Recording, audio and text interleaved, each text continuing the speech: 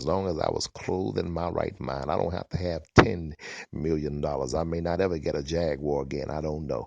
But Lord have mercy. The fact that I woke up this morning free, the fact that I can get off of this podcast and walk down the street and just breathe and walk to the garden and take time to enjoy the roses. Ladies and gentlemen, you all don't know how precious freedom is. You ought to celebrate the moment that you have right now. Husbands, when you get home, you ought to give your wife the biggest hug you've given her in a long time. Don't wait till her next birthday, baby. Don't wait till Christmas. Don't wait till the next Valentine's Day comes around. Just go home and put your arms around that girl and squeeze her. Think about how you could wake up tomorrow morning in jail and be away from her for 10 or 15 years. Go give your kids the biggest hug and kiss you've ever given them in your lifetime. Take them to the movies on a day that you weren't even supposed to take them. Sacrifice. Quit complaining about how tired you are, how sleepy you are. Quit yawning all over the place. Go drink you a rock star and crank up. Go to Starbucks and get you a whatever they have, Frappuccino, I guess it is, and wake your behind up. Live life and live it to the fullest, because tomorrow is not promised to us. Oh my God, ladies and gentlemen, the folk that I thought about calling when I was in prison and said, no, I'll call them next week instead, and then I'll call them next month instead. And then when I finally got ready to call them, they were dead. You'd better live life while you can. I am okay. Okay, I digress. Let's get back to politics. I wrote Tavis Smiley many letters from prison. I rarely ever got a reply because I like him and I like his show, and I was hoping that I could go on upon my exit from the prison. It is difficult readjusting. It really is. But thank God I did not have the psychological institutionalization that comes from incarceration. And that is because I stayed current.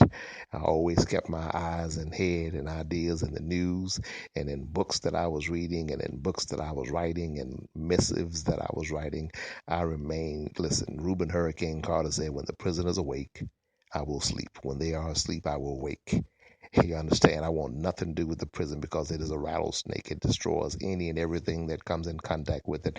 And that is exactly what I did. When they were sleeping, I was awake. When they were awake, I was sleeping. I had no cliques. I ran with nobody. They should have called me solo, but yeah, because that's what I was. And I thank God for it. I do, because it prevented a severe form of institutionalization. And that institutionalization happens with 90% of inmates. And quite frankly, staff members are also institutionalized. It's get the book. I talk about it. Get the book, The Truth About O.J. Simpson, Race, Class, Money, and Justice. Ladies and gentlemen, I don't know how you follow me on YouTube.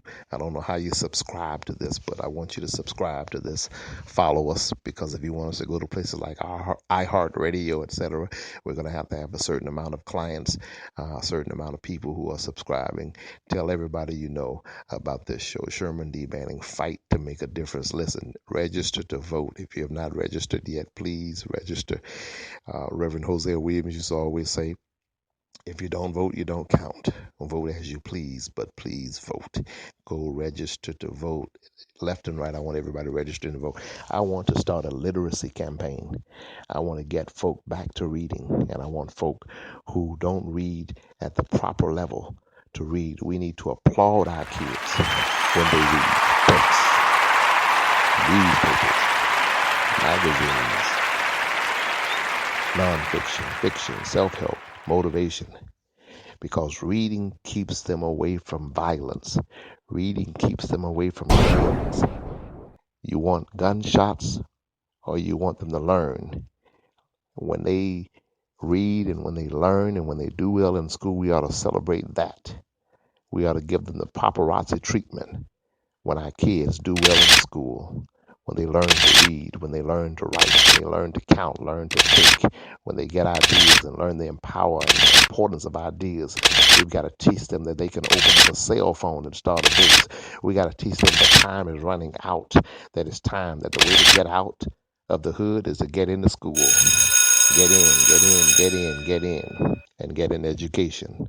And in all of that getting, get understanding. Life is tough, baby. You go through some storms in life. But I'll tell you what, my mom always said, if it's in your head, they can't take it from you. Once it's in your head, they can't take it from you. Let me close with this. I was talking with a fellow who was telling me about someone who really didn't like me. And this person was always criticizing me, and everything I did they criticized. If I wrote a new book, they criticized it. If I wrote a new blog, they criticized it. If I went on Twitter, they criticized it. And I explained to this guy something that I heard Bishop Jake say, and that is, the guy said, I told the guy, listen, glory to God. I said, turtles and giraffes can coexist together. They occupy the same space, and they can coexist peacefully, but they don't see things from the same perspective. Did you miss it or did you get it? Okay. And I told him the thing about the thing about turtles and giraffes is they can be at the same place at the same time and see things totally differently. And the turtle can pass a polygraph test and say, man, I didn't see that. The giraffe is lying to you. I did not see anything on the top of that building. You understand? They eat from different places also. The giraffe eats from the tops of the trees, the turtle eats from the grass on the ground.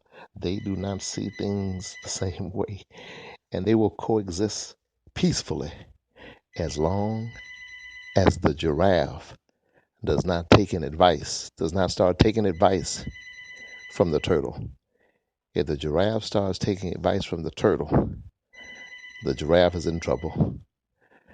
Shoot me an email. Let me know you heard that. You got it? Yeah, I hope you got it. Shoot me an email at shermandmanning@yahoo.com. shermandmanning@yahoo.com. Again, let's celebrate and applaud our first sponsor, Monty Henry. If Mr. Henry heard it, I want him to give me an email. Send me an email. Let me know that he heard this. And if you would like to sponsor our show, drop me an email also. I am Sherman D. Manning. Visit www.napsusa.org. N as in needle, A as in apple, P as in Paul, SUSA.org. Go get a copy of The Truth About O.J. Simpson, Race, Class, Money, and Justice. And when you check out the FX series tonight, compare that with what is in my new book. Go to Amazon.com and pick up your copy today. The Truth About O.J. Simpson, Race, Class, Money, and Justice. Tell your friends about this podcast. Tell them to go to my Facebook site. They can pull it down and listen to it. Let's just call it Beat the Press. Sherman D. Manning signing off for now.